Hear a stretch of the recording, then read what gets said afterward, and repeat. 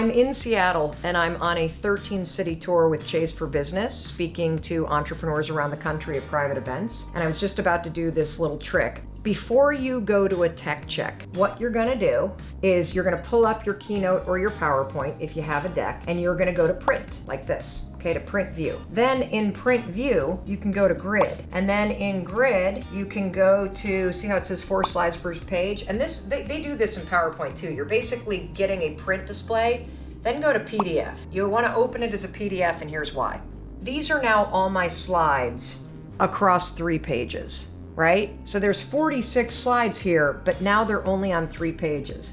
What I'm gonna do before I go to tech check is I'm going to take a photograph on my phone of each of these 3 pages. Why? So that when I go down there, if they take my laptop from me, I have a record of the order of my slides, so that when I'm backstage, or if I start to get a little nervous, or if I suddenly panic and think, oh my gosh, what order did I have these slides in, and which topic was I talking about first, which happens a lot to me.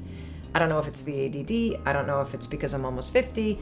At this point, I've decided to stop trying to figure out why it happens and just realize it always happens. I always find myself second guessing which order the slides are in, because I, like you, customize the talk every single time I give it. What happens when you take a photograph of the print display like this is you now, whether you have your laptop with you or not, you have your phone. You have record of what you're talking about in what order. And so it is an amazing way to empower yourself to be able to quickly refresh your memory right before you go on stage. It's a fabulous tip that will pay dividends in terms of your level of confidence. I think that's a text from the event planner asking where I am. I don't want to be late, so let's go. There was this one morning where I walked into the bathroom and I was standing in my underwear brushing my teeth in front of the mirror. And I looked up at the mirror and my first thought was, ugh. I noticed that my jowls were starting to look like saddlebags on a pack horse at the Grand Canyon. And I had like these crazy lines by my eyes, and my neck was really like kind of saggy, and one boob was hanging lower than the other, and my gray hair was coming in. And as soon as I started kind of critiquing my thoughts or my looks and appearance, then my mind, Rich, started going, fuck, I didn't get that email back to that person, and I got that presentation I need to do, and my God, did that speech just cancel again? What the f am I going to do? And then I look down and the dog needs to be walked, and then I think, I got a Zoom call in 9 minutes. Like, I got to get my shit. And before I knew it, my whole mood was low. I felt overwhelmed. I had taken myself down mentally. I just wanted somebody to walk in and be like, Mel, it's going to be okay. Like, you got this, girl. Like, it's lift your head up. You can handle this. I don't know what came over me, Rich. This is pathetic. But standing there in my underwear in front of my bathroom sink, I raised my hand and high-fived my reflection. And I cracked a smile because it's so fucking corny. I even thought of that guy, Stuart Smiley, from the SNL skits. Remember that? I'm nice, I'm kind, people like me. Went on with my day. That was it. Snapped a photo, though. No, not that one. Oh, not that one. Not the first time. And then I kept doing it. I did it probably for a week or 2. And here's the weird thing about it. I started when I woke up after doing this high-five your own reflection in the mirror thing. I actually started to feel like I was looking forward to it. And here's why. You know, I've spent a lifetime, just like you, standing in front of the mirror. And what I realize now is that when I'm standing in front of a mirror, I'm either critiquing or picking myself apart, or I'm ignoring myself. And when you start to high-five your own reflection, it starts to build a partnership within you, with yourself. When you walk into the bathroom and you see your reflection and you've been greeting it, it's like seeing another person. It's the strangest thing. You start to realize how often you fucking ignore or destroy yourself when you see yourself or beat yourself up. And here's what's also crazy. You have a lifetime positive association with high-fiving other people. Sure. As a runner, as a racer, you have gotten so many high fives, Rich. What does a high five say to you when somebody gives you one? You feel seen, you feel appreciated, you feel energized by it, and it's an exchange of energy. It's not the same, and you talk about this in the book, it's not the same as like self-talk because there's a participation involved in it. There's like a communion aspect to it. Yeah. And, if you think about it, you're so good at celebrating, seeing, and cheering for other people in your life. You plan birthday parties, you reach out to people when you're worried about them, you help out colleagues, you cheer for your favorite sports teams, you high-five people like Rich as they're running races past you, you buy people's merchandise, you do all kinds of stuff for other people, but nobody's taught you how to do it for yourself. In fact, the reason why it feels fucking weird to high-five your own reflection is because you've been taught to do the opposite. Why is the default to just beat ourselves down like that? I mean, it is crazy. We would never treat anyone else in our lives, especially the people we care about, the way that we treat ourselves in terms of the self-talk or the narrative or the critique or the kind of harshness with which we, judge our appearances, our behavior, the way we, think back on things that we said the other day and just are horrified by our own selves. And I don't know if it's everybody, but it's most people. Except for Buddhists. I mean, I think that they're like if you're a big practicing Buddhist, that's a monk. Right. That's like just why can't the default be the good things though? Well, why is it wired that why? way? There's cognitive bias. There's a bias towards negativity. And it's a protection mechanism that's a default from evolution, that if you remember the bad shit, you're more likely to spot it when it happens in the future. So you can avoid it. And here's where I think it begins. I believe my theory is that it begins two places. Either you, or that could be both actually, you either learned the pattern of beating yourself up because you had parents or caregivers that were hard on themselves or hard on you. And so as a child, you absorbed that pattern and you now repeat it and you don't even realize it. So those moments you're like, oh my God, I sound just like my dad or my mom. That is an example of a pattern that you've absorbed. So particularly for women, we've watched our mothers be critical about their appearance. We've watched our mothers ignore and criticize themselves in the mirror. And so we learn that from our caregivers. So that's one place. The second place that we learn it is when the drive in your life becomes fitting in. Fitting into groups in elementary, middle, high school, college, your neighborhood. That feels safe when you fit in. When you feel like you don't belong, you immediately go into a protection mechanism. And I believe a lot of the negative self-talk is a sorting hat type of mentality that we do to ourselves going, I can't be with those people. I can't be with those people. It's safe to be with those people. And you start to see yourself and the world around you as places where you belong and places where you don't. And part of the criticism, as fucked up as it sounds, that we engage in all the time is don't be too big, don't be too loud, don't show yourself too much, don't have blue hair, don't do this, other people won't like you. It starts as a way to protect yourself from being rejected, but the truth is you develop a habit of rejecting yourself. Right. Meanwhile, you're further divorcing yourself from who you truly are because you're not giving yourself permission to be yourself. That gets sublimated in favor of fitting in and, accommodating other people and acclimating your behavior around what will be approved of. Yes. So for me, I have clearly a lifetime of beating myself up and tearing myself down and regretting decisions that I made. And in the middle of stumbling through life, instead of being like, it's going to be okay, it's going to be okay, being like, you're really fucked up now, Mel. How does that help? Right. How does criticizing and being hard on yourself help? This is a great story about a bunch of topics. It's a story about confidence. It's a story about being comfortable in your own skin. It's a story about being yourself, no matter where you are or what you're doing. And it's a story about the power of your unique self-expression. And your unique self-expression comes out and is amplified when you feel comfortable in your own skin. I got into the speaking business, 6 or 7 years ago. I had a TEDx talk that went crazy viral. That's what started the speaking business. And when I first got into the speaking business, I was really intimidated because I was new to it. And I wanted to do a very good job and I wanted to fit in. So I looked around at what all the top people in the industry of motivational speaking and speaking on the corporate circuit were doing. And I noticed that all the women were dressed in heels, wearing pencil skirts or beautiful dresses, the kind of thing that you might see a news anchor wearing, like a nice dress, heels. So I just wore what everybody else was wearing. Didn't even occur to me to wear something else because here I am trying to break into a new industry. So I look at everybody at the top, I copy what they're doing, and I am not comfortable in high heels. Yes, if my husband Chris and I are going out on date night, I can rock them like the best of them.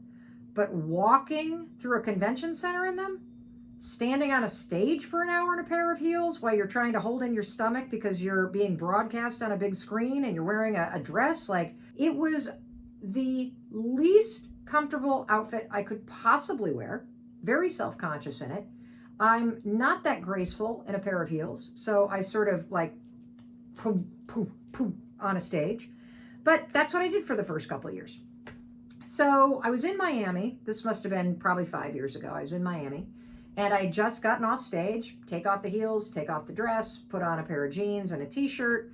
I got like an hour to kill before I have to leave for the airport. I'm going to fly to Vegas because I've got a speech in Vegas the next morning.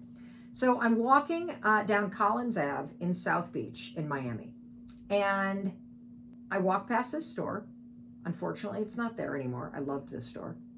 And there in the window were the most amazing high-top sneakers I had ever seen in my entire life. I was like a moth to the flame. Let me show you these bad boys because these are the originals. This right here, notice the gold shimmery sparkle and the confident blaze orange. I didn't own anything like this. I'd never seen anything like this. I immediately thought, whoa, this I bet is what like a Justin Bieber kind of wears. I mean, these are insanely cool. I went inside and they were pretty expensive. I'd never spent that kind of money. I wasn't a sneakerhead yet. But I thought, hey, I spend that kind of money on a pair of nice heels, so why not treat myself to a pair of sneakers, okay? So I get back to the hotel, I pack up, I hop the flight, I get to Vegas. Now, I wake up the next morning and I have a tech check, which is where you rehearse the speech and go through like all the technology rehearsals before the event starting. My tech check is at 7:30, the doors to the event open at 8, and I'm on stage at 8:30. And I had a red dress, my heels, or so I thought. So I crack open, that's what I was planning on wearing. I crack open the suitcase, there are no heels. I have left the heels in the hotel room back in Miami. All I have are the Birkenstocks that I wore on the plane and I wore out in Vegas last night, and my new Justin Bieber high top sneakers. And I have exactly 15 minutes to get to the tech rehearsal and nothing else is open. So Birkenstocks, Justin Bieber, I think we'll go with the Justin Bieber sparkly high tops. I slapped those puppies on. I walked from my hotel room all the way through the casino floor, past all the restaurants and the shops, to the convention center, which you know is like a 2-mile walk. I was so happy to be not only in my red dress, but more importantly, in my Justin Bieber sneakers, because it was super comfortable to walk there that way. I get to the backstage area, and for the first time in 2 years, something happened. And let me tell you what happened. One of the guys that was on the production crew turned and goes, ah, cool sneakers. That was like the first time somebody in production had really acknowledged me for something other than the job in 2 years. So I was like, huh. And as I started walking toward the backstage area, everybody I passed, cool kicks. Oh, those are cool. Oh, those are cool. And I'm like, this is wild. Nobody's ever complimented on my, like, this is, people are, and so I did the tech rehearsal, and then this was the moment of truth. When I walked out onto that stage, it was at the MGM Arena, and there were like 5,000 real estate agents in the audience. I was there to deliver a speech for RE/MAX. It was the first time I'd ever walked on a stage where I actually felt like myself. It was also the first time that I felt the audience kind of lean forward and go, oh, she seems kind of cool. But when you walk onto a stage in heels and a dress, you're like the authority. And you're on a stage and you're talking at people. There's something about walking onto a stage or walking through life and having something fun that you're wearing that makes you relatable and interesting and real. And from that moment forward, I have never not worn sparkly sneakers for work. I wore them every day on my daytime talk show. I'm embarrassed to tell you that I probably have 20 pairs of these. I love, this is my favorite, these are my favorite, well, these are my favorite because these are the originals, but I would say these are my second favorite because I like the low top and I love the blue. I love these, which have a big silver kind of thing. These are super comfortable. And I've got a bunch of these, and these did not even come with sparkles, so I literally bought Swarovski crystals or whatever the hell they're called and got a glue gun out and put them on myself. If you're looking for sparkly sneakers, there's all kinds of them out there these days. It's the coolest thing in the world. Bedazzled sneakers are a thing. Whether you go to DSW or Nordstrom's or Zappos or anywhere, you can find them. And so the moral of the story, the secret to confidence is being comfortable in your own skin.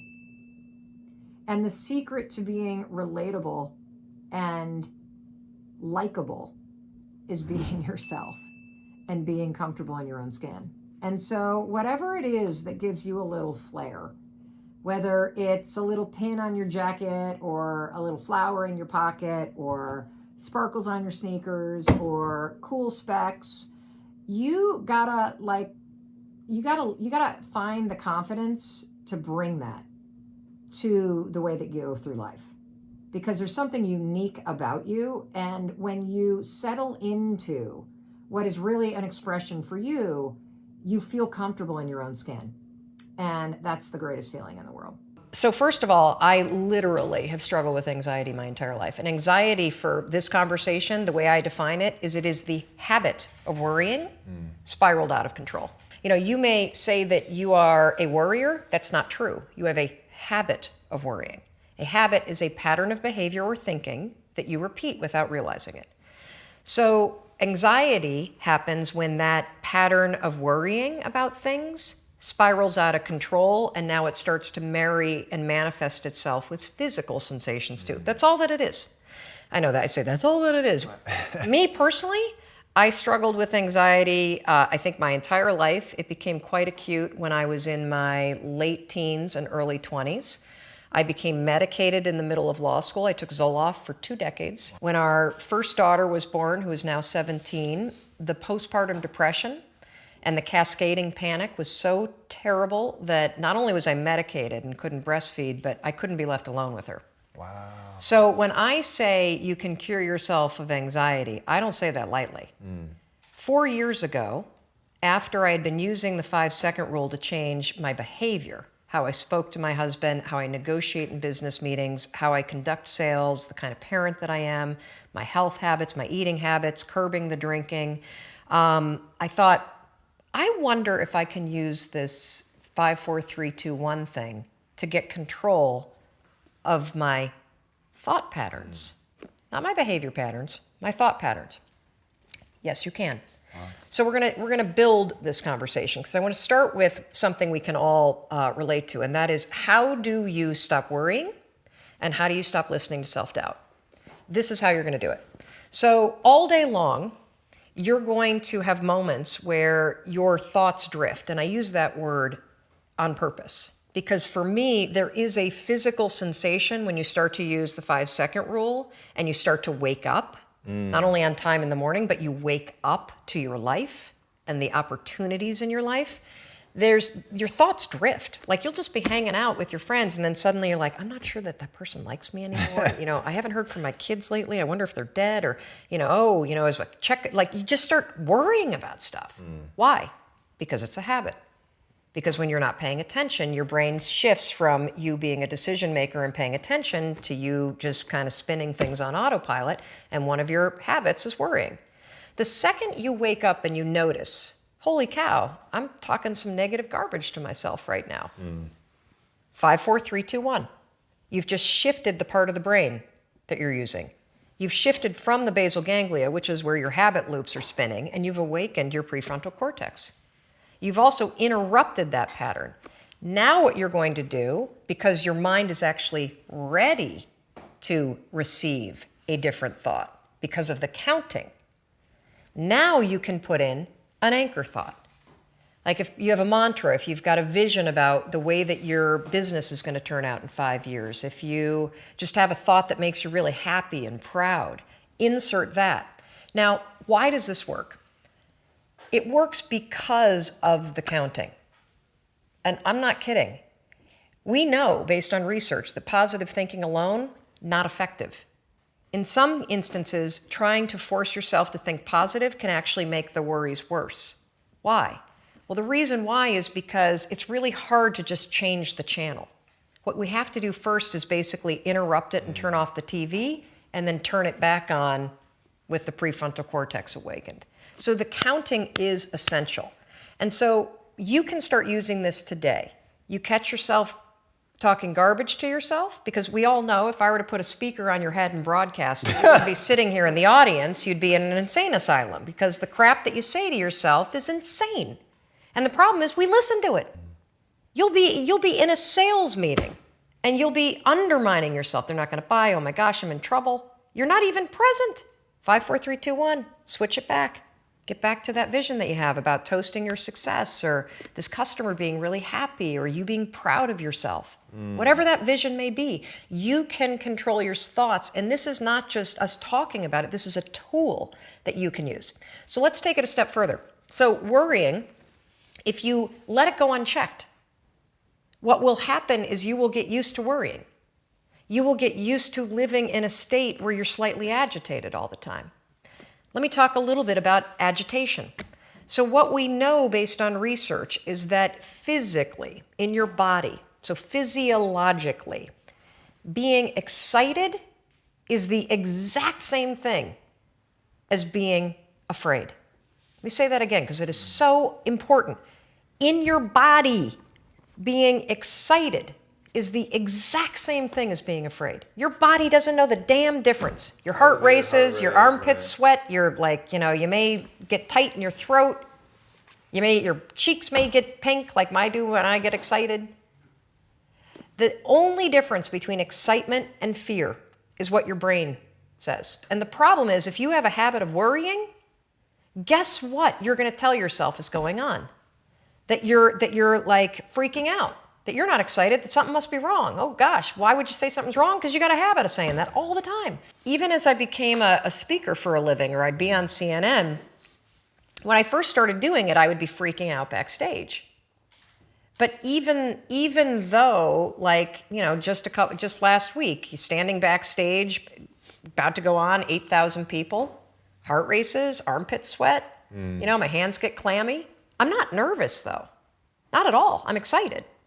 And so I developed this technique, and research out of Harvard, not based on my technique, but something very similar, proves that if you basically, right before you're about to do something, take a test, run a race, public speaking, a business negotiation, ask somebody to marry you, whatever it may be that gets your heart racing, just do this. Go, I'm excited. I'm excited to give that speech. I'm excited to ask him or her. I'm excited to do this race. I'm excited. Because what happens is you give your brain context, so your brain doesn't escalate the stuff going on in your body. Your brain's not worried. Make sense? Yeah. So you can combine this with the 5-second rule. So we know how to do worrying. You catch your thoughts drift, 5, 4, 3, 2, 1, anchor thought. If you start to feel your heart racing, 5, 4, 3, 2, 1 to awaken the prefrontal cortex, and then start going, I'm really excited to do this. I'm really excited to do this. Another technique that you can use is ask, I think they call it interrogatory questions, where instead of giving yourself a pep talk, say, well, why am I ready to do this? Why am I ready? Because that'll force you to answer the question, which then convinces you. So why am I ready to close this sale? Why am I ready to give this speech? Why am I ready? So those are 2 strategies that you can use backed by science that are proven to actually make your performance be much better. Now let's take it a step further to anxiety. So anxiety is what happens when the habit of worrying spins out of control, your body gets really agitated, and then you allow your mind to escalate it into a full-blown panic attack. So for those of you that have not had the pleasure of having a panic attack, let me explain what it's like. So have you ever been in your car and you're driving down the road and you go to change lanes and all of a sudden there's like, oh my God, there's a car right there, right? And you swerve a little bit and then your heart's like, and you may sweat a little bit and you grip the wheel really tight and you're super locked in on the road ahead of you. But then that car pulls away and the near miss scenario passes and your mind starts going, okay, you're all right now. Right. You're all right now. That's it. That's all. That's what a panic attack is. Only it happens while you're standing in front of your coffee pot. Seriously, you have that same, oh my God, what behind that? And your heart's racing, and the problem for your brain is that your brain can't look around and say, holy cow, we almost got hit by a car. Right. Your brain's saying, what the hell is wrong with her? She's making coffee and she's freaking out. And so now your brain has a problem, because what's your brain's job? It's designed to protect you. So your brain will now do whatever it can to magnify the problem. Remember, we talked about the spotlight effect. It'll start telling you all kinds of crazy stuff because it can't figure out contextually what the hell's going on. She's just making coffee. Now her heart is racing and she's breathing really. Holy cow, maybe she is having a heart attack. A lot of people that have panic attacks say, I think I'm dying. Oh my God, what's happening? Wow. Or you'll see them do the deer in the headlights thing where they got to get out of the room. That is the spotlight effect in your brain, now taking control and magnifying everything to get you out of whatever it was. So here's how you use the 5-second rule. You use it to stabilize your thoughts before the panic escalates. And then what happens is it drifts into worry and then it disappears. Right. So the second you feel worry, you catch it, you train yourself to do that. If you start feeling yourself getting, your heart racing, you can 5, 4, 3, 2, 1 and use the I'm excited. If that doesn't work, literally 5, 4, 3, 2, 1, and just give yourself an anchor thought, literally, of you being okay. I believe with all of my heart and being that every man, woman, child, person, grandparent, everybody should infuse their days with habits of celebration and self-confidence. And the fastest and easiest and most science-backed way to quickly start to change how you see yourself is by adopting a simple habit of high-fiving your reflection in the mirror every single morning. Now, I know exactly what you're thinking. Are you serious, Mel Robbins? That is the stupidest thing I've ever heard in my entire life. I know it sounds dumb.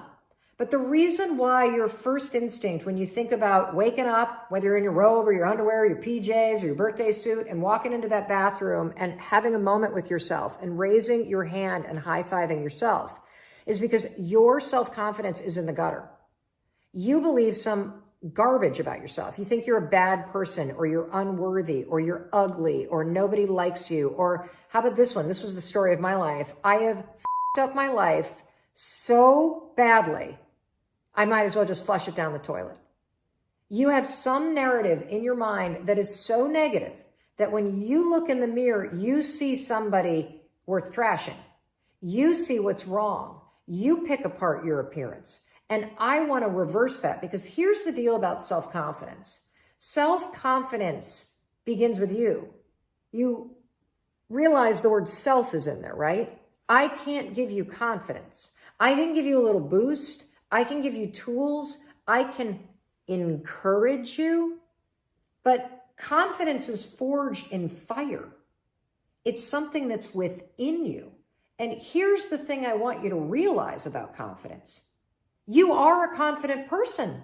That's why you miss feeling that way. You can only miss what you know. You've just been blocked from the feeling of it. And wherever you are right now in your life, I'm telling you, confidence is in there. You just got to figure out how to tap into it. And you've been building confidence all along, by the way. Every time that you have fallen on your face, or you've tried something and failed, or you've gone out and thought you found the love of your life, and then your heart's broken, and then you pick yourself up again, and then you dust yourself. You're building confidence the entire time, because confidence is not built on the high days. Confidence is built on the low ones. Confidence is built when you are struggling, Because when you see yourself go for something and fall, when you see yourself try and get knocked down, when you see yourself stand back up after getting abused or traumatized or discriminated against and moving ahead, you are building this reserve within yourself where you know you can rely on yourself. You know you can face hard things and you can keep moving forward. You know you have your own back. So it's in there. Your life has been helping you build it. Now you got to just dig in and tap into it and use it to shut that critic up in your head. So the way you're going to do that is every morning, I'm not kidding, you're going to raise your hand in the mirror and high five yourself. Look at how many people are doing this. You're not the only one. For 5 mornings in a row, I want you to high five yourself. And when you do this, I want you to use the hashtag high five challenge. You know what's happening when you raise your hand up in the mirror? You are taking the lifetime positive association that you have with cheering for other people, believing in other people, celebrating other people, saying, let's go to other people. And you are marrying that positive association with your reflection. It is impossible to raise your hand in the mirror and go, I suck. You can't do it. Because your brain and the subconscious sees this and thinks, let's go, I love you, I believe in you. And when you do this every single morning, something incredible happens. First of all, you're not going to leave your bathroom feeling like you're dragging a boulder. You're going to leave there feeling like the wind's at your back. Secondly, you're going to have spent the morning, the first thing in the morning, by taking a moment and being with yourself.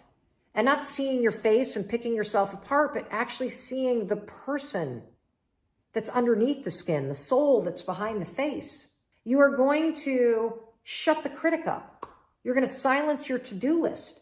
And when you raise your hand like this, it also prompts you to think about the game you're playing. So now you got a moment to be like, oh yeah, yay me. I'm still here. I can make today a good day. In fact, what game do I want to play today? Just for me. So that's the first thing that you're going to do. You're going to high five yourself, take the high five challenge, which is high five yourself 5 days in a row in the mirror, take a photo of it, post it on your story, tag me so I can cheer for you, and start to notice what happens. Something weird happens by day 4 when you get out of bed. You're going to have this weird feeling that you've never had. You're going to feel like you're looking forward to seeing yourself in the mirror because something weird happens when you start to really be present with yourself. When you normally walk in the bathroom and you ignore yourself, you're alone. I think a lot of us feel like we're alone in our lives. When you start to see yourself, you literally, oh, hey, hi there, Mel Robbins. How you doing?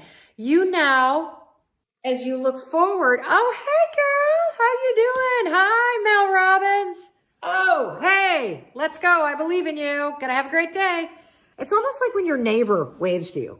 You're seeing yourself. You know, now that I've been doing this for a year, I don't feel like I'm alone. I feel like I've got myself and I've got my own back. I feel like this person that I see in the mirror is the one person that's going to be with me for my entire life. So I better cheer for her. I better celebrate her. I better encourage her and love her. And that's what you're doing when you do this every morning to yourself. And there are mornings where I stand in my underwear at my bathroom sink and even I don't have a word to say to myself. But I can always do this.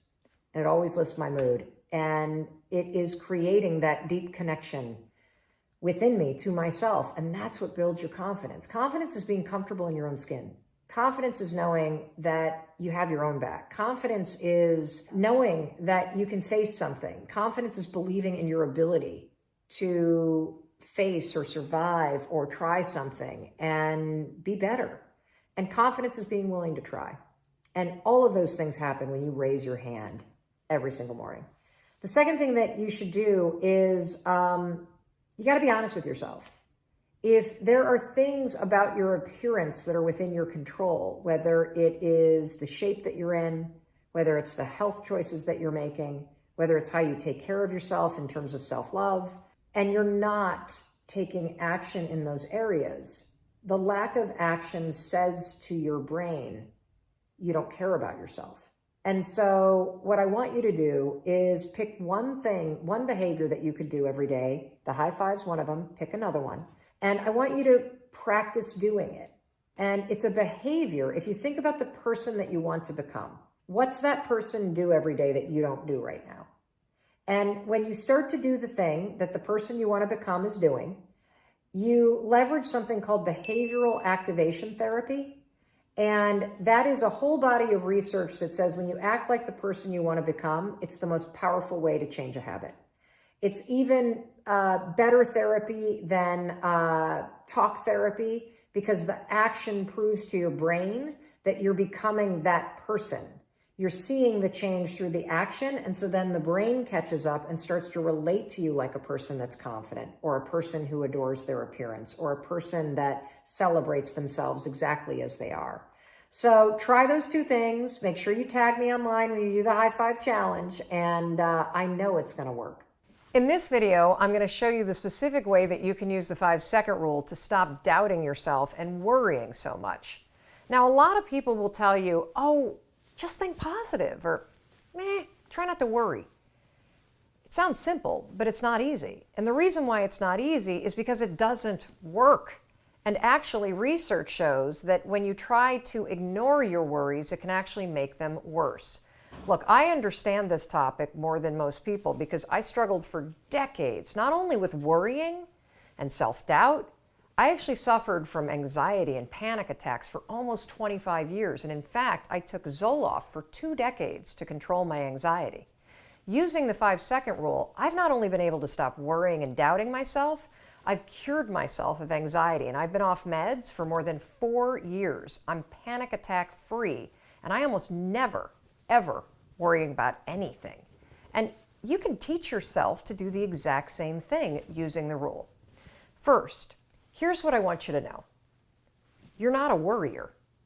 A lot of us call ourselves a worrier, right? Oh, I'm a worrier. You're not a worrier. You have a habit of worrying. That's a very big difference. You've allowed your mind to drift and linger on negative thoughts so many times, it's now a pattern of behavior that you repeat, and you don't even realize it. And that's actually good news, because that means that you and I can use the science of habits to break the habit of worrying and the habit of doubting yourself. In the language of habit research, the 5-second rule is what psychologists call a starting ritual. It's a tool that you can use that will interrupt the negative thought patterns that are encoded in your brain as habits and trigger positive new thought and behavior patterns. The 5-second rule is shockingly effective because it works with all the latest research about habits. What I've learned using the 5-second rule is that I do in fact have control over what I think. And when you use the 5-second rule, you'll discover that you do too. Here's how you're going to use the rule. The moment that you feel your thoughts drift, and have you ever noticed how worrying and self-doubt, they have a way of literally like taking you away from a situation. You can feel your mind go from the present moment to drifting to something negative. Maybe you're sitting at a meeting at work and suddenly you start talking down at yourself and doubting yourself. It happens like that. But the moment that you catch yourself do it, that's a moment of tremendous power. You have a decision to make. You can either sit there and listen to the worry and listen to the self-doubt and let it hijack you, or you can make a decision to assert control. That's when you use the rule. You're going to use the countdown trick, 5, 4, 3, 2, 1. It's essential. Counting backwards interrupts the negative thought pattern. It's also going to awaken your prefrontal cortex, which is the part of the brain that you need to override a bad habit and replace your bad habit with a positive new one. So every time you feel your thoughts drift to something negative, or you find yourself worrying about things you can't control, 5, 4, 3, 2, 1, it'll switch the gears in your brain, it'll interrupt the negative thought pattern, it'll activate your prefrontal cortex, and you've just created a starting ritual that will prime your mind to accept a more positive thought. That is how you use the rule to change. Some days you might use the rule 20 times to interrupt your habit of worrying and doubting yourself. So let's talk a little bit about confidence, okay? First of all, I've already said it's a skill. It doesn't matter if you were born the most insecure, thumb-sucking, abused, pathetic soul of a human being. You can build the skill of confidence. It doesn't matter if you came out of the womb super ego driven and larger than life and confident and all that stuff. You still have a lot of work to do when it comes to confidence, authentic confidence. So let me talk to you about what is the skill of confidence. Okay, you ready? My definition of confidence is not belief in self. What you're going to learn about Mel Robbins is that I love evidence-based advice because I'm kind of skeptical. I was trained as a lawyer. Life has kicked me around a little bit. I kind of cross my eyes at people that are very kind of motivational. And, I'm like, well, it's easy to do the inspirational stuff, but what's the depth, right? What's the depth? And so when I think about confidence and my definition of confidence, I looked at the research on confidence. Okay. And there's really good news here. The first thing you've already learned, it's a skill. The second thing that you are going to learn that's really good is it's very simple to build the skill of confidence. And you can do it through repetitive actions every day, very simple little things that will slowly build up the reservoir of confidence. And here's the definition I want to give you of confidence. Confidence is the willingness to try. That's it. I'm going to say it again. Confidence is the willingness to try. That's it. That's all that it is.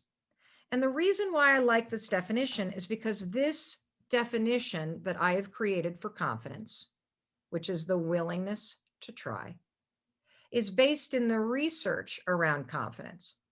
So if you want to learn more about this, Google confidence competency loop.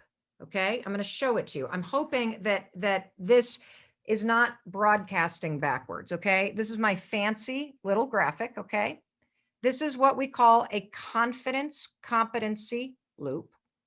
I did not invent this. This is something that people who research confidence for a living have created.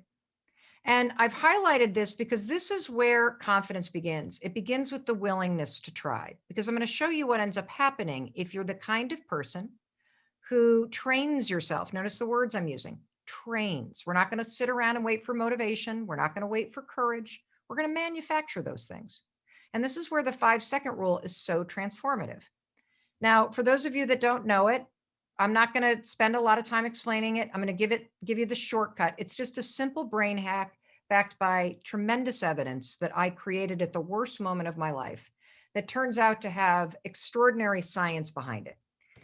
All you do is in a moment where you feel doubt, insecurity, fear, anxiety, procrastination, perfectionism, PTSD, OCD, anything that you might possibly have that would rise up to block you, you simply count backwards, 5, 4, 3, 2, 1. Okay. And you got to count backwards, 5, 4, 3, 2, 1. And what that will do is it will shift gears in your mind. Instead of being stuck here in the part of the brain that keeps you stuck worrying and thinking and having a bias towards overthinking and being a perfectionist, you're going to go 1, 4, or 5, 4, 3, 2, 1, and you're going to try. Now, this is what's going to happen. The first time you try, you will fail. That's really good news. You want to know why? You learn by failing. You learn by failing. Do you realize that's how you've always learned? That when you were a kid, you don't remember this, but when you were learning to walk, you fell an average of 17 times an hour. You actually learned to walk by falling. And so you learn everything when you fail, because when you fail, as much as you may think you're going to die, if you stand on a stage, I see a lot of you who want to be coaches or speakers or whatever, you're going to have to learn how to give a speech where you stutter and where your mouth gets really dry and pasty and where you get a neck rash and where you forget what you're supposed to say. You got to do all that stuff. Why? Because when you fail, you don't die. you actually gain knowledge and experience. And that's the gift of failure, because you then take that knowledge and that experience and you go right back to the next time. And then you try again. But this time, when you 5, 4, 3, 2, 1, try, you're going to take your knowledge and experience with you, and you're going to fail a little bit less. And what you're going to learn there, you're going to take right back to the next time that you try. And every time that you fail, you're gaining knowledge and experience. And you take that to the next time that you try. And you're going to go like this, and you're going to go like this, and you're going to keep going and going and going and going and going.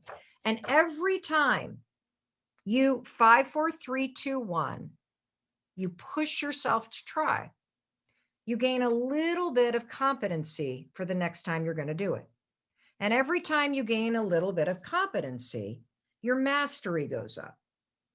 And that's when you start to feel more self-assured. And that muscle, everybody, of trying, that is where you build the skill of confidence, which is the willingness to not be so damn serious and hung up on being perfect and being worried about looking stupid. And instead, you're willing to lean in and try something. And what ends up happening, because so many people have a definition around confidence, it's about belief in self or self-awareness and all this kind of stuff. And that's great, but I don't prefer those definitions, because then you're sitting around waiting to feel ready. You're sitting around, and in those moments where you don't believe in yourself, you feel like you don't have a reservoir of confidence to draw on. And it couldn't be further from the truth. You were born with natural intelligence and confidence. How do I know that? I know it because it's part of the design of a human being. Think about what you were like as a child before the world got their hands on you. You just let whatever you were interested in pull you forward. You would crawl towards or tumble toward anything that you were interested in. You'd try anything. You'd crawl up to a mirror and stick your hands on it and lick the thing you loved yourself so much. But life got its meaty hands on you and started telling you no. Do you know the average kid hears some version of the word no, some redirection almost 400 times a day? So you became cautious. You started holding yourself back. You started thinking before you tried things. You started worrying about feelings. This is where it all begins. But you were born knowing how to do this. And the other reason why I know this is true is because you wouldn't know what it felt like. You wouldn't miss it if you hadn't once felt it. You wouldn't know any different. So I want you to know it's in you. And we got to just remove the block that life put in place and teach you that even in those moments where you doubt yourself, even in those moments where you're afraid, even in those moments where you're insecure, you can try. And it's in the skill of trying that you gain the competency, the knowledge, and the expertise that helps you become better and better and better. Because here's the trick.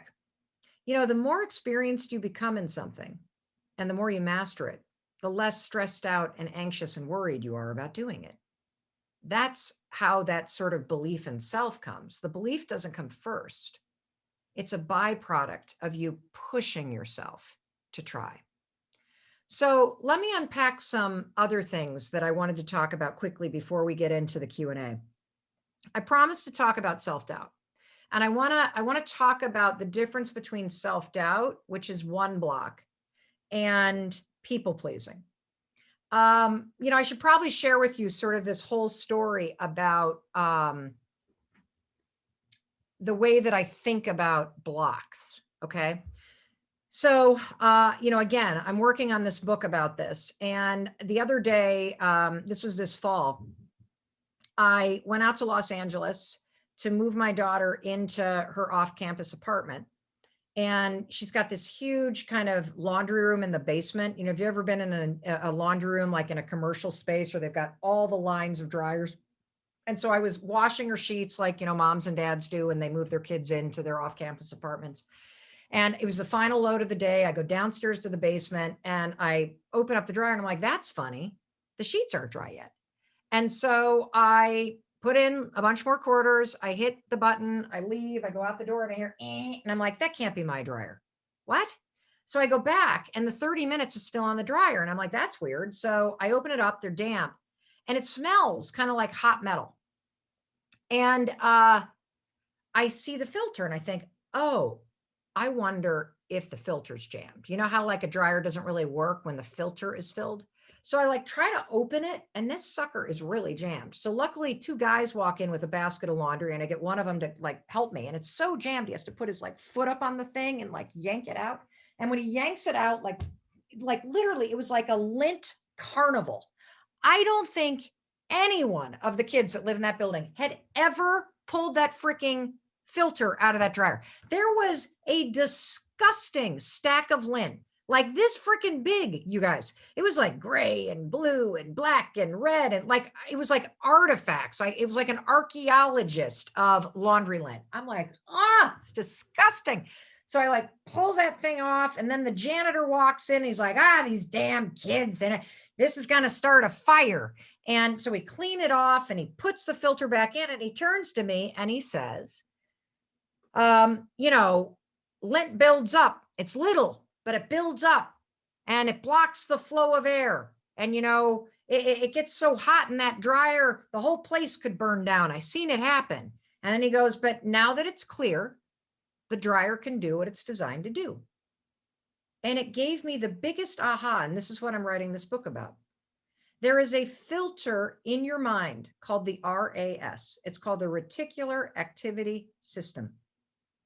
I like to call it the red Acura spotter because the way that this filter works, think about it, it's like a giant hairnet on your head, okay? The way that this filter works is that it blocks out things that it thinks is not important to you, and it only lets in like 1% of what's going on in the world. And here's the interesting thing. It can be programmed. It's very nimble. If you've ever gone out to buy a car, have you ever noticed that all of a sudden you go into the dealership, you're like, oh, I like that red Acura. And then the next day, what do you see everywhere? You see red Acuras because your RAS, the hairnet on your brain, the filter that influences absolutely everything that you think and do. By you going to shop for a car, it has gone, oh, ding, ding, ding. Hold on. Mel Robbins is interested in red Acuras. Let them in. Let the red Acuras in. And all of a sudden, every red Acura is now getting in through the hairnet in your brain. Okay? So this is good news because if you decide that that dream that is meant for you is something that you want, you can program that sucker to let in information that is related to it. And suddenly it becomes so easy to spot opportunities and easy to gain momentum and easy to try. Here's the problem. You ready? Your freaking filter is trapped with mental lint. That's right. You want to know what lint stands for? Because I'm a freaking genius. Lint stands for those moments when you lose inspiration due to negative thoughts. Thank you, everybody. I know I'm a genius. You can read all about it this fall. So you've got a filter that could help you make everything happen. But you want to know what? You've got this layer of crap in your brain, just like that dryer vent had a layer of lint in it because nobody had changed the filter.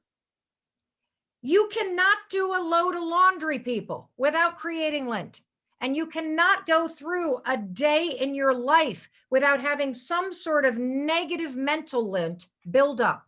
You have a lifetime of lint that is clogging the filter in your brain. I know it.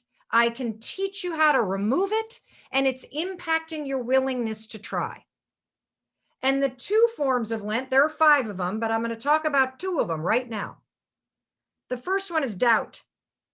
And doubt is the kind of moment when you lose inspiration due to the negative thought, it'll never happen for me. You want to know why Mel Robbins has never done a live event? Ever. I've never done any kind of live event on my own. You want to know why? Because I've got negative crap built up from childhood that makes me say no one will show up. True story. Tell me if you've been to an event in a stadium that I have produced. You haven't, right? Because I too have lint in there. And here's the great thing. Just like that dryer, when you realize you have a filter that needs to be checked and you've got a filter in your mind that needs to be cleaned every day, once you spot the lint, it's easy to go, oh my God, look at that bullshit. Get that out of here. Come on, Mel, please. Once you clear away the doubt, it will never happen for me. You can go, oh, look at that stupid lint. There it is again. It'll never happen for me. I don't think so. Wipe that stuff away. Now you can use the definition of confidence. I'm willing to try. Whether it happens or not is irrelevant. I got to be willing to try. You know, I have this saying about confidence that I've only recently kind of stumbled into as I've been digging into more research around the science of confidence and the skill of confidence. Because a lot of people think that confidence is a personality trait. It's not. It's actually a skill that you build through action. And a lot of people think confidence is a state of belief. It can be, but that's not where it begins. And so I say that confidence is the willingness to try. That's all that it is. Knowing that you may succeed or survive, but you'll still try. And to me, all those people that we admire most, that's what they're doing. They have the ability to tune into those instincts that are true for them. Because the fact is, there's only one you. That's it. And you matter because there's only one you, and there's only ever going to be one you. And your instincts and your experiences and your inner wisdom is a gift to the world. And every time that you tune it out because of the habit of hesitating or the habit of self-doubt or the habit of worrying or the habit of overthinking, you are robbing the world of that gift that you have to give to everybody.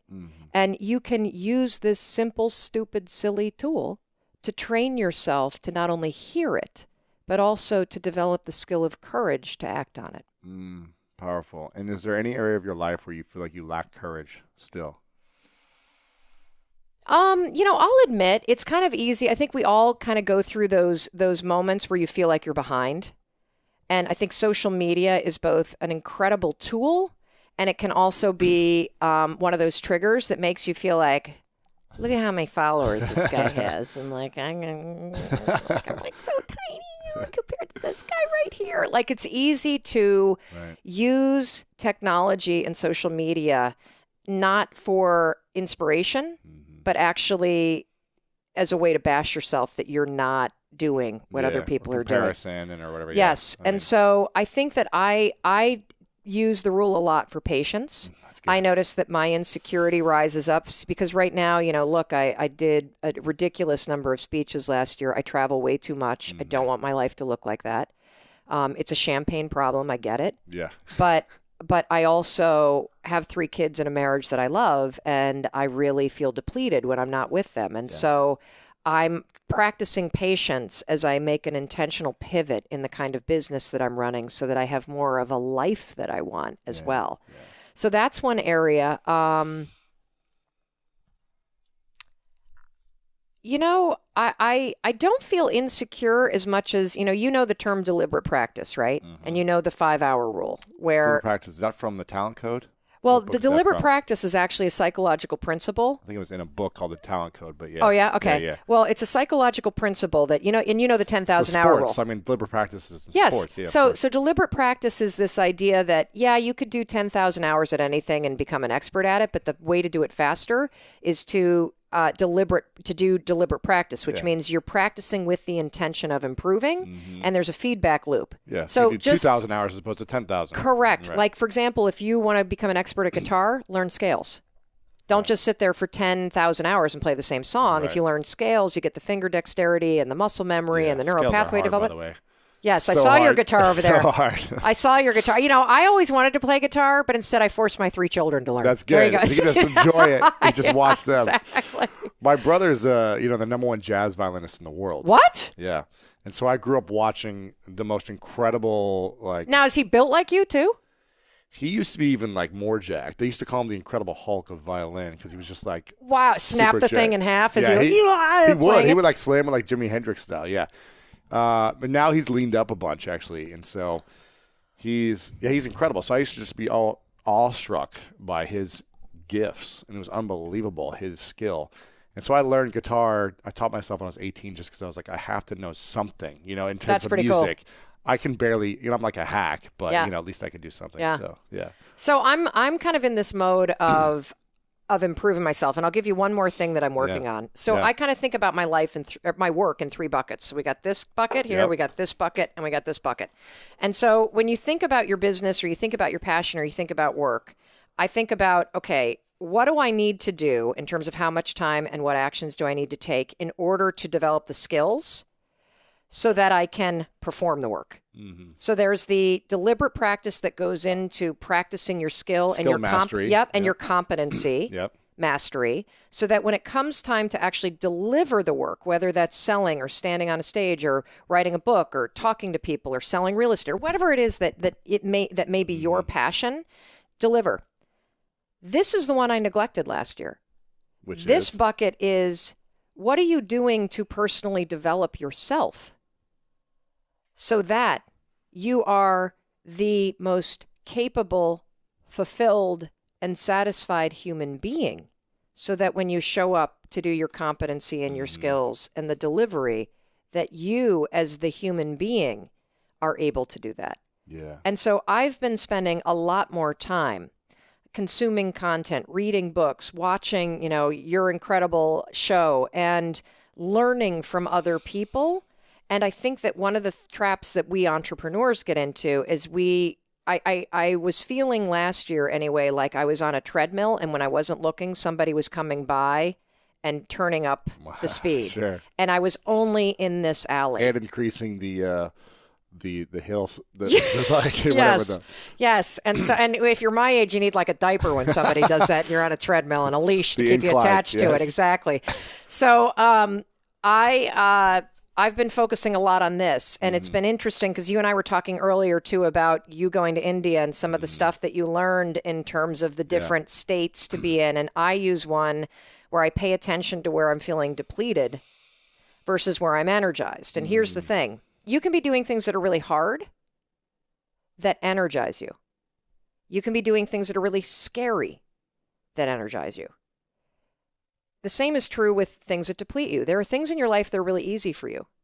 There are people that you hang out with, by the way, that you've been hanging out with for years, but they deplete you. And so I've been starting to become more deliberate about how I distance myself from things that deplete me, and how I spend more time and energy either doing or pushing myself to do those things that actually energize me. And this gets back to your message around passion, right? And that, the art and the skill of building a life that is guided by the things that you're passionate about. Yeah. I haven't lost anybody that I love. So I would not say what I'm about to say if somebody that I loved had died in this pandemic. But I have found the great pause that the last 2 months have forced me to take to be the greatest gift that I have received in the last decade. My kids have been home. I have been off the road. I have been forced to slow down.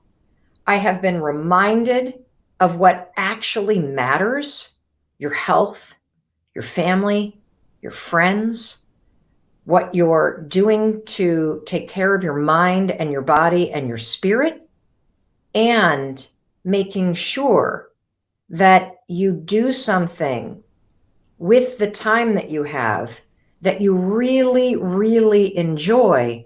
And the other thing that it's really made me stop and think about is making sure that I'm having fun, that my whole life isn't just work.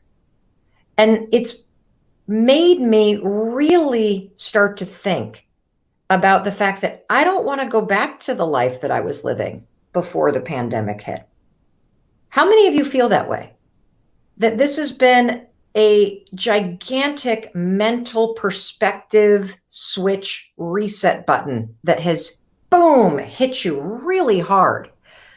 I want to know in the comments, what is it that you, with this new perspective that the pandemic has given you, what is it that you want to change in your life coming out of this? I want to start seeing, I see people saying this has been a wake-up call. I see people saying, yes, this has been a huge shift in my perspective. I see Brianna saying, I want to travel less for work. What do you want? Kelly says she's had a mental switch. Kelly, what has this pandemic given you in terms of the gift? Heather's saying, I want to ask myself, what do I really want to do? Kim says, I don't want to go back to the rat race. Brock says, I want to start the year excited about it. I see somebody saying, Larissa says a new business. Megan says, I want more boundaries. Tara says, I want to have more fun. What is it that you want to change given the gift that this pandemic has given you in terms of shifting your perspective? Dinky says, value my friends and family. Jilla says, take care of my mental health. Spend more time with family. What do you want to change, everybody? Seriously, what do you want to change about your life? Is it a relationship? Is it that you have had the time to take care of yourself in small ways and that's giving you greater control in your life? Do you want to change your job coming out of this? Do you want to launch a business coming out of this? Do you want to change your timeline for achieving your goals? Is there some project that you want to take on? Because what you're going to hear me say over and over again is that the single most important project you could ever work on is yourself. And the greatest gift that any challenge will ever give you is a perspective shift and the realization that you can face hard things, that you can survive hard things, and that in learning more deeply about yourself and about what you value through the challenges in life, you are going to be handed a moment where you can make a decision. You hear me say all the time, you're one decision away from a different life. Changing your life does not take motivation. Motivation is garbage. Changing your life takes discipline. The discipline to make a decision to change. You see, you need three things if you want to come out of this pandemic and truly change your life for the better. So many of you do not want to go back to the life that you were living. You see something greater for you. And what you're going to need in order to make that shift is you need clarity. You need the clarity to write the change down. And I want you to start right now. What in the comments? Let's get really clear. Terry wants to come out of this a healthier and better person. What is the clarity? Tell me the change that you want to make coming out of this. You got to have the clarity to write it down. That's number one. The second thing that you got to have in order to make a change happen is you've got to learn the skill of confidence, which is the ability to try something when you don't feel ready.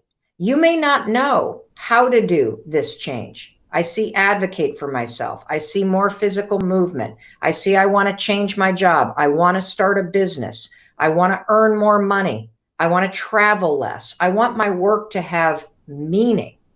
I want to get out of an abusive relationship. I want to help people in need.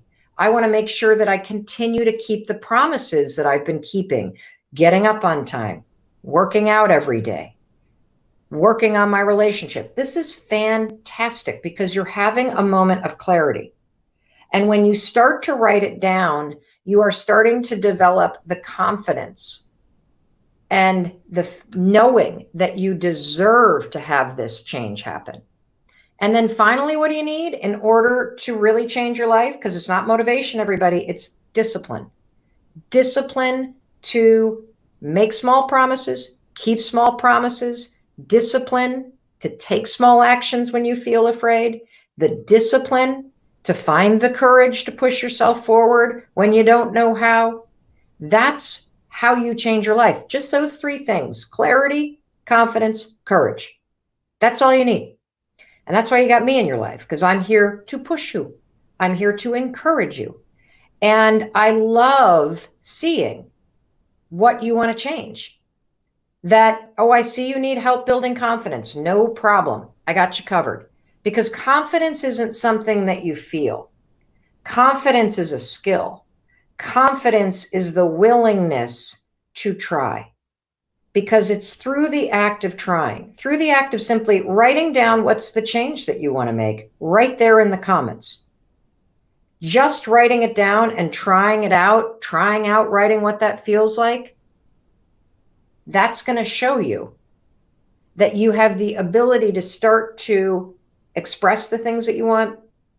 And that's the first step, to claim these things that you think about. So for those of you, more than 100 of you, who have written to me in the last week and who have said, I've had a huge perspective shift thanks to this pandemic. And there are some major changes I want to make in my life. I want to start a women's group. I want to end this relationship that I'm in. I want to stop bashing myself all the time. I want to launch that business I've been talking about. All of the things that you've put on hold. Now is the time to change. So many of you asked me, is it the right time to change your job after a pandemic like this? Absolutely. Because if you don't hear the clarity that's inside you, if you don't quiet the noise and tune in to hear, if your instincts, if your wisdom, if your knowing, if inside of you, you hear yourself saying, I got to get a new job. I got to get out of this relationship. I don't want to live where I live anymore. I want to be near the water. I want to be in the mountains. I want to be out of the city. You have to tune into that stuff. And then it's about confidence and courage to take action. That's it. I'm going to share with you a story about how I figured it out, and then I'm going to give you some advice about how you can think about it, and then I want to say a few other things about the fear of disappointing people, because this is, I believe, the single biggest factor for most people that robs them of success. That you use what other people might say or think or be disappointed by as an excuse to not fully be yourself, to not fully go after what you want. And so first let me talk about triggers, because I believe that for most of us, the habit, and I use the word habit because habit just means that it's a pattern. We have a pattern where we fear disappointing people, and then that triggers us to operate in certain ways. That pattern began a very long time ago. And I think it's safe to say that for 99% of us, you can find where it began somewhere in your childhood. And it probably doesn't matter that you find the first, because you probably have 150 examples of being terrified that your dad was going to scream at you, or terrified that your mom was going to get cold and get that tone of voice, or terrified that somebody was going to be upset with you. Because the fear of disappointing people really has more to do about being in trouble with somebody, right? So for me, I know the moment because it was a really defining moment for me, but I didn't remember it until I was 27. What happened is I had a memory being in a group environment during a seminar. Somebody was sharing about being a sexual abuse survivor, and she was talking about her sister. And all of a sudden I had this memory triggered where I remembered being in the 4th grade, and I remember being on a ski trip with my family and a couple other families, and I remembered waking up in the middle of the night with an older kid on top of me. Now, it wasn't a terrifying sexual abuse story. It was more confusing to remember it. He did what he did, and then he got off of me, and I remember my brother was sleeping in the bed next to me in the bunk bed, and I remember thinking in that moment, oh my God, don't make a noise. I don't want this person to hurt Derek. So fast forward to the morning, all the kids leave to ski. I'm kind of like underneath the covers, and I get out, I go downstairs, and as I go down the stairs, I hear my mom talking in the kitchen. And I think, I gotta tell her, I gotta tell her, I gotta tell her, I gotta tell her. So I'm in 4th grade. I round the corner, my mother's there with another mom, and there's the kid. And my mom goes, how'd you sleep? And I said, fine. And what's interesting is, fourth grader's brain. I mean, my mom's not going to be upset with me. She might have gotten upset, all right, if I had said, not at me. There was this moment where I remember it now like that. And you don't have to come up with the moment, because I guarantee you've got 100 of them where you have a bad report card, or you broke something, or mom or dad drank and you heard them pull in and you felt the anxiety coming in and you went into a mode where you became quiet because you don't want to upset somebody. It was just this mode where I so knew in that moment that I needed a strategy to avoid a scene. Does that make sense? Because that's what you're doing when you are not disappointing people. You are avoiding making a scene or having them do one. Does that resonate a little bit? Okay, good. So you can go to the root cause, because what I discovered in that moment in realizing, holy cow, at the age of 9, I made a decision not to tell the truth, that I would just make up what I thought would make the situation okay. And what's interesting is I can take that one decision and roll the clock forward until the age of literally like 27, probably took me longer to about like 35, 40 even, to stop lying. The fear of disappointment for me turned me into a liar, and I didn't even realize it, because I was so worried about creating a scene or upsetting people or having people judge me that I started lying as a strategy. I invented it as a fourth grader. It didn't work in my life. It made every relationship suck. It made me miserable, but that's what happened. So when you think about your pattern of being afraid of disappointing people, of managing not making a scene, you don't need to find the exact trigger when it began. If you find just one and you understand kind of how old were you and what did you feel and what were you trying to manage, and then for me, what I say to myself is, oh, well, I have a lot of empathy for myself now because I understand why I developed that strategy. And now that I saw that it was a strategy that worked, because lying really worked when I was little, not so much when I was an adult. When I understand it was a strategy, I can now say, oh, well, that's a strategy that worked then. Now that I'm in this chapter of my life, I'm going to pick a different strategy. Does that help?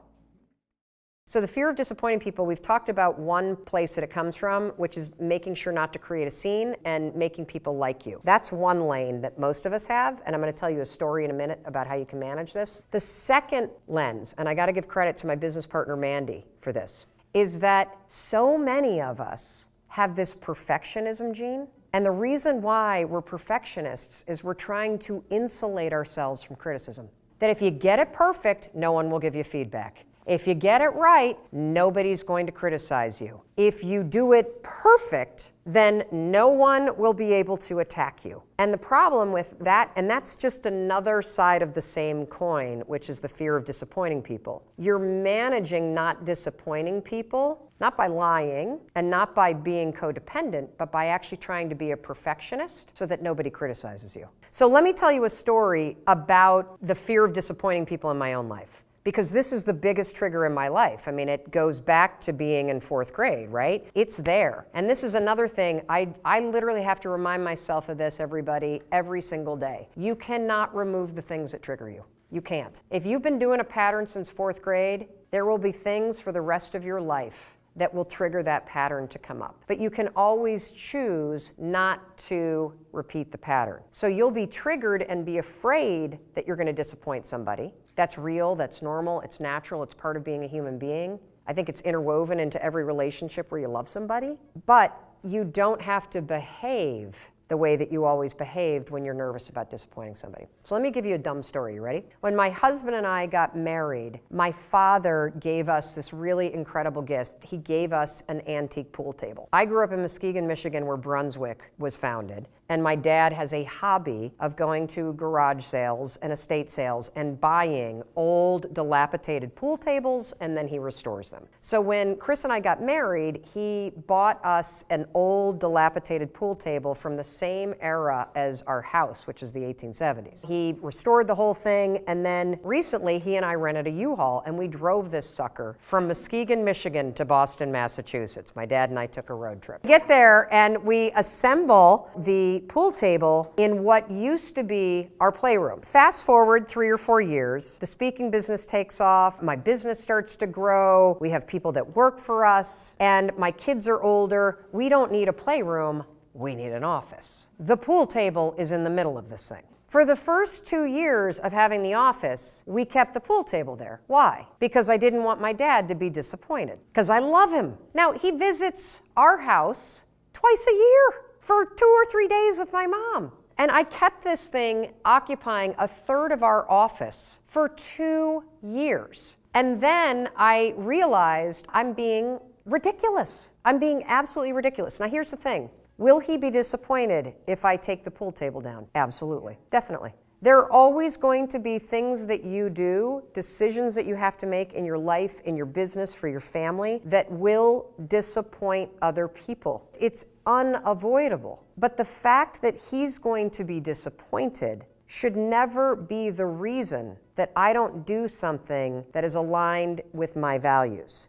Now, let's take it a step further. When you make a decision that is likely going to disappoint people, or that does, still make the decision, because it's your life. There's nothing worse than when you start to rob your future and your life and your happiness because you're so focused on other people. However, if you love people, you can still take care of them when you make that decision. So let me go back to the example of the pool table. So I knew I was going to take it down. I knew my father was going to be disappointed. I was disappointed. I don't have a big house. So I don't have the room for a huge pool table. I don't have a finished basement like a lot of people. I don't have like a cool garage game room thing like I just don't have it. I called him first and said, I need to talk to you about something. You know, the pool table, I love the pool table. Dad, my business is growing so much, I actually need an office. And, oh great, it'll be great in the office. And I'm like, well,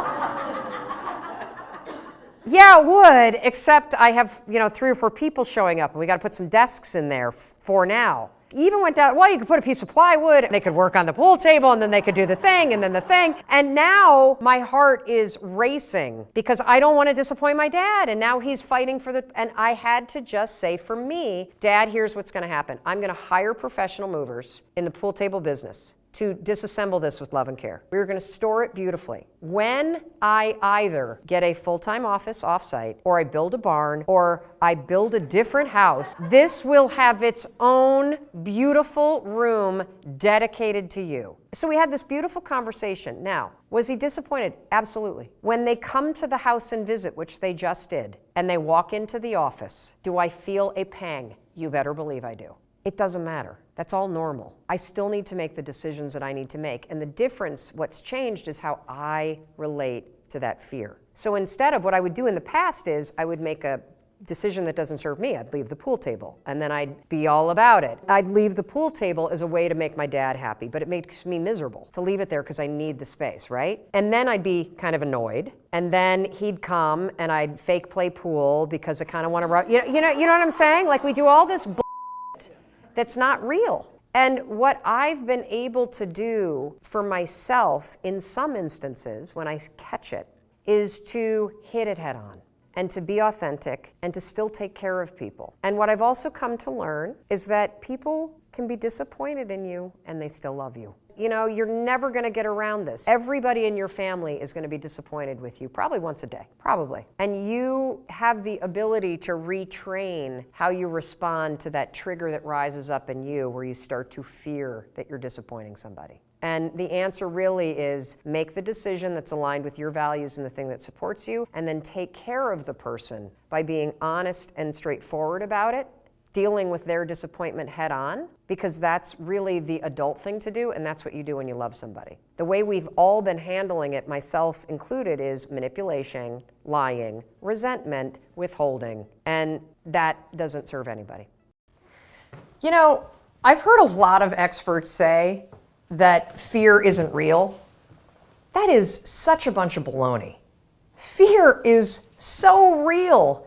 In fact, there are probably things that you're afraid of doing right now in your life, in your relationships, at work.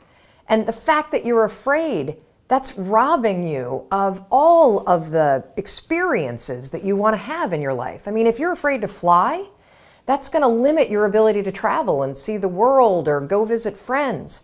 If you're afraid of public speaking, that's going to really limit your ability to express yourself and share your ideas. If you're afraid of talking to your boss or asking for a raise, that directly impacts how much money you make. Or what if you are dreaming of starting a business, or you've already started a new business, but you're afraid to talk to people and you're afraid to share your business with people? I mean, fear is something that stops us all. And that's why I'm here to talk to you, because it doesn't have to. Fear is real, but I am going to share a secret weapon that I have used for years to beat every single fear that used to stop me. Now, first, before we get into this secret weapon, I just want to cover a few facts about fear, what it is, what it isn't, and some things that you may not know about fear. So first thing, fear is a physical state in your body that is exactly the same as excitement. Let me say that again. Fear and excitement are the exact same physical state. Your heart races. You might sweat a little bit. You might feel tightening in your chest. You might feel a pit in your stomach. You have a surge of cortisol. It's basically the way that your body goes into a hyper-aware state because it's readying for action. Now, what's the difference between fear and excitement? Really simple. The only difference between fear and excitement is what your brain is doing as your body is all agitated. If you're excited, your brain's going, oh, wow, this is going to be so cool to ride this roller coaster. If you're afraid, your brain's going, no way, there's no way I'm doing that. This is dangerous. Get out of there. Don't do that. It's saying something different. So what's critical about understanding this is that we're going to use the fact that your mind is either working for you for excitement or against you with fear to your advantage. And I'll tell you about it in just a minute, how you're going to do that. Second thing I want you to understand is that you may have heard the advice, feel the fear and do it anyway. You may have heard the advice, oh, just try to calm down. Think positive thoughts. It doesn't work, does it? And there's a reason why it doesn't work. So let's go back to fact number one. When you're afraid, your body's in a state of arousal and agitation, and your heart is racing, and you're all like amped up, and you're hyper aware of what's going on, and you're freaking out a little bit. What is it like when you're calm? You just kind of chill, right? You got like this low arousal state. Very, very difficult to go from a state of agitation and being all jacked up and excited and weirded out and to a kind of state. It doesn't work. It's like trying to stop a train by throwing a boulder on the tracks. It's going to make the train jump off the tracks. It's going to cause a disaster. In fact, they've proven in research that when you try to ignore your fears, it actually makes them worse. And they've also proven in research that positive thinking alone also can make your fears worse. So, what do you do? What do you do when you're about to go talk to your boss and you feel afraid? What do you do when you have to get on a plane and you're actually terrified of flying? What do you do if you got to give a presentation and you are afraid of public speaking? Here's what you're going to do. You're going to use a strategy, the same one that I use, that has helped me beat every single fear and turned me into somebody that is terrific when it comes to a high-stress situation. This is how you do it. You're going to use my 5-second rule in combination with what I call an anchor thought, and that is going to reframe what your mind is doing so that your mind goes from feeling agitation and making you afraid to reframing it from agitation to excitement. It works like magic. Now, I have used this technique for years, literally for years. And one of the ways that I want to introduce you to it is I want to take you backstage. I want to take you backstage to a speech that I delivered this year. And what you're going to see is you're going to see me behind, the major set. I'm about to walk out. You can kind of hear the crowd roaring. My introductory video is playing. My body is in a state of arousal. I am literally, my heart is racing, my arms are sweating. It's like you're going to see this. I'm going to tell you about it. And you're going to watch me use this same technique I'm going to teach you to reframe my nerves into excitement. Check this out. All right, I'm about to go on stage. There are 7,000 people out there, and it's so exciting because what they don't know is they're about to learn the 5-second rule, and their lives will never be the same again. Now, I got to tell you, my heart is racing. My armpits are sweating. I have the exact same physiological feeling as when I'm afraid, but I'm not afraid. I'm excited. Excitement and fear is the exact same thing in your body. It's just what your brain calls it. Here's a trick that's proven by science that I use every time I speak. When I start to sweat, when I start to have butterflies, when I start to have my heart race, I say, I'm excited. I'm excited to get out there. I'm excited to talk to these people. I'm excited to share the 5-second rule. And what that does is it sends a message to my brain that tells my brain why my body's all agitated and excited. And that way, I don't feel afraid. Remember, excitement and fear, exact same thing in your body. The only difference is what your brain calls it. Go get them. Now, I want to give you one more example, just to make sure that you really get how you can use this. So a lot of you have written to me about your fear of flying, and I can really relate to that fear because I used to have the exact same fear. But I use this same strategy to conquer it. Here's how you're going to do it.